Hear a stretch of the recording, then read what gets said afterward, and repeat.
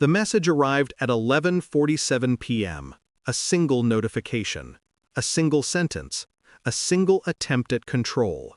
Effective immediately, your role is eliminated. Your severance is canceled.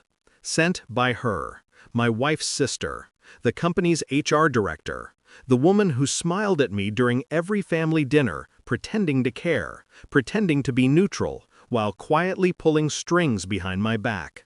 I read the message twice, then once more. Not because I didn't understand it, but because of the timing. Vacation, my first in 3 years. A week away from the office, 900 miles from home, watching waves break against a coastline I no longer cared about. I stared at the screen, felt nothing, just a slow, cold settling in my chest. She thought she'd blindsided me. She thought I'd panic, call, beg. I didn't. I typed one word, thanks, and hit send. The ocean kept moving, but something in me went perfectly still. I should have known something was wrong when my wife asked, too casually, "Are you sure you don't want to check your work email?" She never cared about my job. She barely looked up from her phone when I came home late.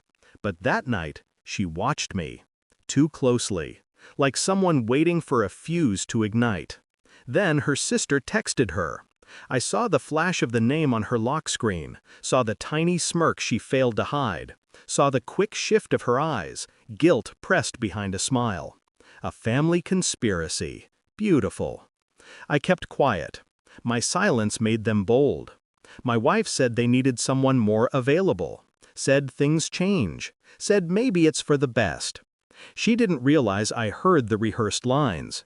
Didn't notice the tremble in her voice when she tried to pretend she wasn't involved. Inside, suspicion curled like smoke. Outside, I nodded, calm, detached. They thought I didn't notice. They always thought that. That night while she slept, I dug quietly.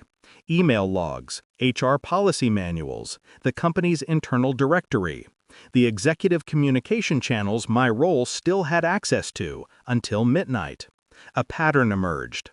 A request initiated by HR, approved too quickly, rubber-stamped by her sister, supported by a VP who owed her a favor. I found the timestamp, 40 minutes after I boarded the plane for vacation. Planned, coordinated, executed, not by the company, by family. I kept reading. Then I found it, my contract. The clause buried on page 17. A clause that HR, my wife's sister, was legally obligated to disclose before termination.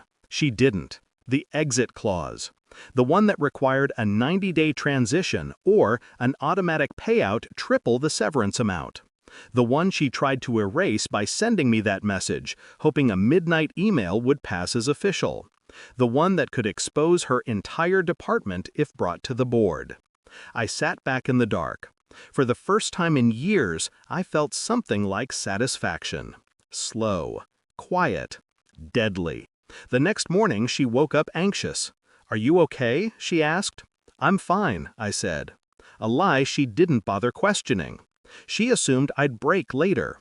She assumed there'd be time to fix my reaction before her sister explained everything. Instead, I got dressed, packed, booked an early flight. "Where are you going?" she whispered. "Work." She paled. She knew. She just didn't know how much I knew. The boardroom was too bright, too clean, too quiet.